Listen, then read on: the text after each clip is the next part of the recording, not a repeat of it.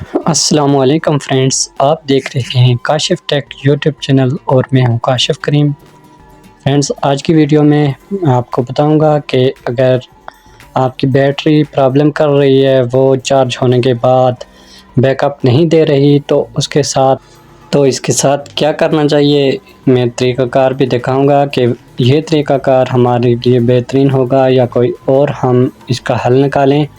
तो वीडियो को पूरा देखते रहें। अगर आपकी बैटरी चार्ज नहीं हो रही, अगर हो भी रही है तो उसके बाद कुछ लोड चलाने के बाद वो डिस्चार्ज हो जाती है और बैकअप नहीं दे रही, चाहे वो गाड़ी की बैटरी हो या ऐसी बैटरी जिस पे आप लोड चला रहे हैं, घर में एलईडीज़ वगैरह चला रहे हैं, तो ऐसी बैटरी को हम रिफ़्रेश कैसे कर सकते हैं। बैटरी की जो मेंटेनेंस है वो 1 साल या 1.5 साल के बाद कैसे करनी चाहिए, इस वीडियो में पूरा तरीक़ाकार होगा। इससे पहले मैं वीडियो बना चुका हूं कि बैटरी के अंदर जो तेज़ाब और या पानी डाला जाता है वो कौन सा डालना चाहिए, वो वीडियो मैं ऊपर आई बटन पे भी दूंगा और एंड स्क्रीन पे भी दे दूंगा। आप वो वीडियो देख सकते हैं, वो आपके लिए काफ़ी हेल्पफुल साबित हो सकती है। अगर हमारी कोई ओल्ड बैटरी है तो उसको हम 1 या 2 साल इस्तेमाल करने के बाद थोड़ा डेड होना शुरू हो जाती है, चार्ज नहीं होती। अगर चार्ज होती भी है तो फ़ौरन से डिस्चार्ज होती है और लोड लेने के बाद वोल्टेज ड्रॉप करना शुरू हो जाती है। अगर हम इसको फुल चार्ज कर देते हैं 12 वोल्ट तक, तो कुछ लोड चलाने के बाद ये 7 या 8 वोल्ट तक आ जाती है। ऐसा क्यों होता है? इसके लिए हम जो ओल्ड बैटरी होती है इसको निकाल के, इसका जो अंदर तेज़ाब होता है उसे हम निकाल देंगे। इस तरह हम पहली दफ़ा जब इसको निकालेंगे ये बिल्कुल ब्लैक कलर का होगा और इसके अंदर बहुत सारा कार्बन भी होगा।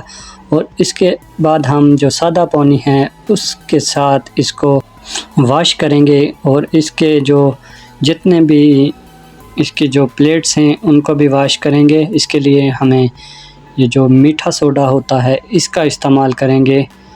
ये आपको कहीं से भी मार्केट से इजीली मिल सकता है। तो इसको हम इसके अंदर डाल देंगे, इसके जो जितने भी प्लेट्स हैं इनके अंदर डालेंगे। बैटरी के जो जितने भी होल हैं इसके अंदर हम ये इस तरह से डाल देंगे।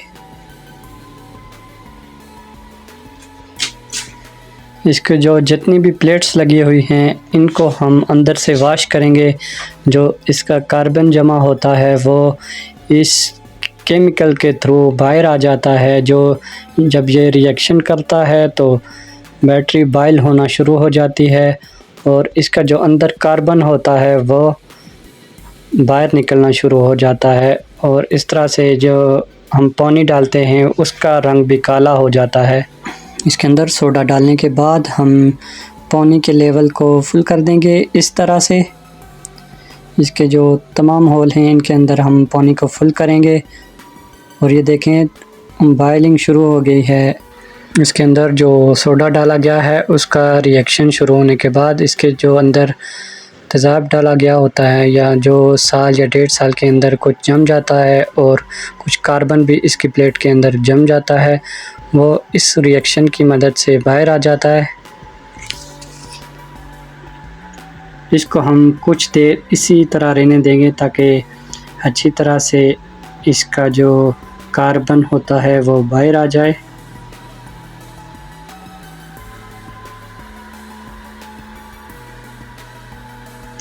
इसकी अब अगर हम वोल्टेज भी चेक करेंगे तो वो सेम ही रहेगी। रिएक्शन के बाद भी हम इसकी वोल्टेज चेक कर सकते हैं। अभी भी इसके अंदर 9 से 10 वोल्ट करंट मौजूद है। इसके अंदर से जो तेज़ाब निकाला गया था वो इस तरह का था। इसके साथ ये कार्बन और इसका बिल्कुल ब्लैक कलर है।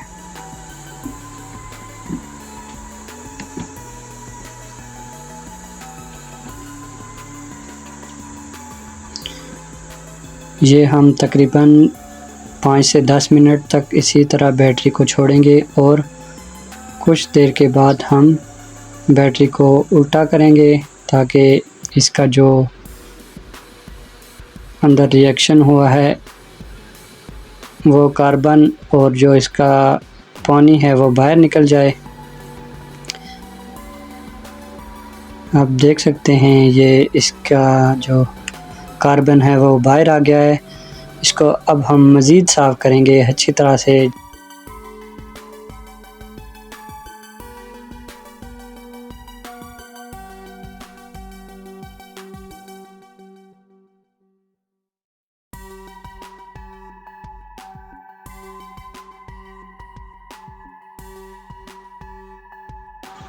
ये जो वॉशिंग का प्रोसेस है इसको हम 2 से 3 मरतबा करेंगे जब तक हमारा इसके अंदर जो पानी होता है वो क्लीन नहीं निकलता, तब तक हम इसको वॉश करते रहेंगे।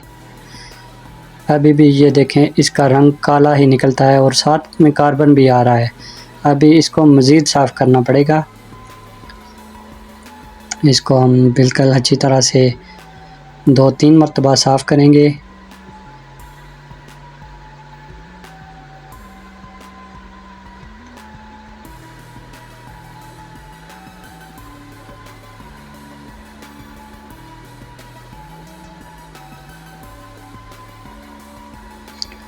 और इसके बाद हम बैटरी को कुछ देर उल्टा रख देंगे ताकि इसके अंदर से जो पानी और कार्बन एक्स्ट्रा थोड़ा बचा हुआ है वो बाहर आ जाए। के बाद हम बैटरी को सीधा करेंगे और इसके अंदर ये डिस्टिल वाटर डालेंगे जिसको हम लोग तेज़ाब भी बोलते हैं।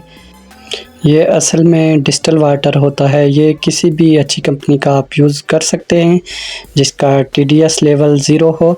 इस पर भी मैं ऑलरेडी वीडियो बना चुका हूँ, वो वीडियो आप देख सकते हैं कि हम कौन सा पानी हमारी बैटरी के लिए मुफीद हो सकता है।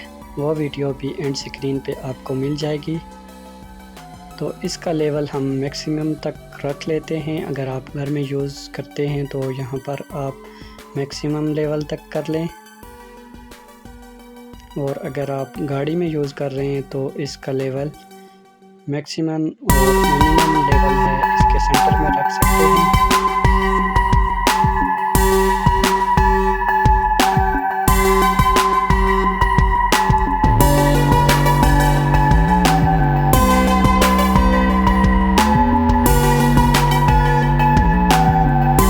अब अगर हम इसकी वोल्टेज चेक करें तो ये वोल्टेज इसकी अभी फुल नहीं है, ड्रॉप हो रही है। इसको हम चार्ज कैसे करेंगे वो तरीक़ाकार भी आप देख लें।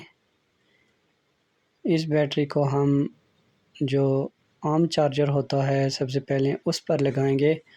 जो ऑटोमेटिक चार्जर होता है उसकी वोल्टेज 14 से 15 वोल्ट होती है, वो इसको सही प्रॉपर तरीक़ा से चार्ज नहीं कर पाता। जो आप पहली बार चार्ज करेंगे तो वो आम जो देसी चार्जर होता है उस पे चेक करें। अगर हम देसी चार्जर की जो वोल्टेज है वो चेक करेंगे तो ये देखें 17 से 18 वोल्ट इसकी जो दे रहा है चार्जिंग के लिए। ये इस बैटरी के लिए अच्छी होगी और ये सही तरह चार्ज भी कर देगा जो पहली दफ़ा हम चार्ज करेंगे। उसके बाद आप ऑटोमेटिक चार्जर से भी चार्ज कर सकते हैं। अगर आप ऐसा करेंगे तो इसका रिज़ल्ट भी अच्छा होगा। हम इसको चार्ज पे रहने देंगे, तकरीबन 2 से 3 घंटे तक हम इसको रहने देंगे और उसके बाद मैं आपको इसकी वोल्टेज भी चेक कराऊंगा कि ये चार्ज हुई है कि नहीं। 2-3 घंटे लगाने के बाद हम इसके जो ढक्कन हैं इनको भी लगा देंगे और इसके बाद वोल्टेज भी चेक करेंगे कि ये कितने वोल्ट चार्ज हुई है। मल्टीमीटर को हम DC की रेंज पे रखेंगे 20 वोल्ट पे। अब इसकी जो वोल्टेज है 12 वोल्ट से ऊपर है, यानी अच्छी तरह से ये बैटरी चार्ज हो गई है और ये थोड़ा बैकअप भी इसका बेहतर हो जाएगा। तो ये वीडियो अगर आपको अच्छी लगी हो तो लाइक कर दें। जो दोस्त चैनल पर नए हैं वो चैनल को सब्सक्राइब करें ताकि आने वाली नई वीडियो आप तक पहुंचती रहें। Thanks for watching.